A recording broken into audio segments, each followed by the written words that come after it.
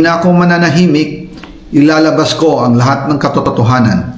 May resibo, may ebidensya, at may pangalan. Para sa bawat Pilipino, alam ko na buo ang galit ninyo sa akin ngayon. Nauunawaan ko rin kung bakit. Lalo na at malaki ang halagang nakataya. Pero bago kayo humusga, hayaan ninyong ipaliwanag ko ang buong katotohanan.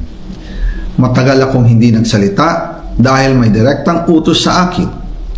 Huwag nang bumalik ng Pilipinas at manahimik na lamang.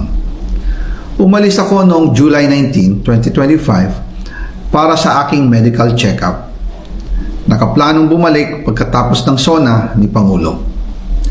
Pero habang papauwi na ako, tinawagan ako ni dating Speaker Martin Romualdez at sinabihan, "Stay out of the country.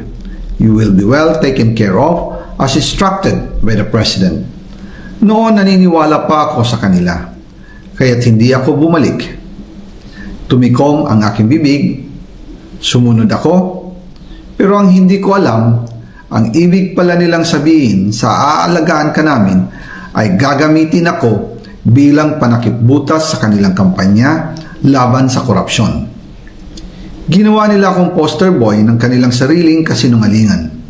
Ngayon, hindi na ako mananahimik, ilalabas ko ang lahat ng katotohanan. May resibo, may ebidensya, at may pangalan. Nagsimula ito nung tumawag si Sekmina Pangandaman sa akin nung nagumpisa ang BICAM process last year, 2024. Ang sabi niya, katatapos lang ng meeting nila ni Pangulo at may instructions na mag-insert or magpasok ng 100 billion worth of projects sa BICAM. At sinabi pa ni Sekmina, you can confirm with Yusek Adrian Bersamin dahil magkasama sila sa meeting ni Pangulong BBM noong araw na yon. Tinawagan ko po agad si Yusek Adrian Bersamin at tinanong ko kung may instruction nga ba ang Pangulo na magpasok ng 100 billion during their meeting.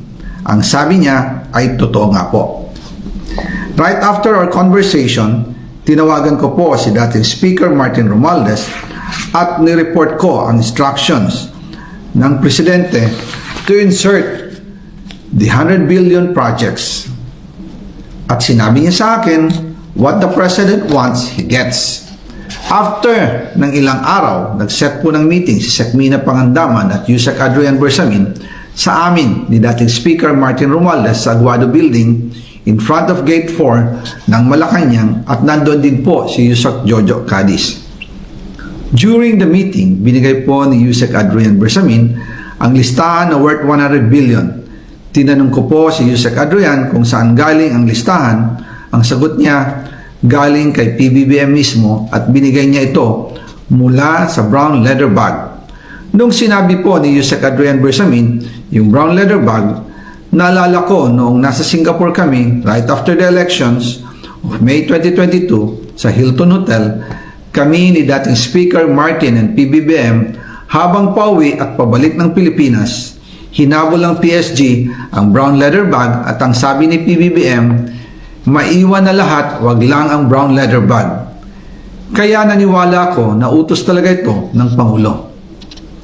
Pagkatapos ng ilang araw, I informed sina dating Speaker Martin Romualdez, Sekmina Pangandaman, Yusek Adrian Bersamin, and Yusek Jojo Cadiz na kung pwede 50 billion lang ang ipasok sa program funds dahil sa sobra ang DPWH funds versus sa DepEd. In practice, hindi pwede na mas malaki ang budget ng DPWH kaysa edukasyon.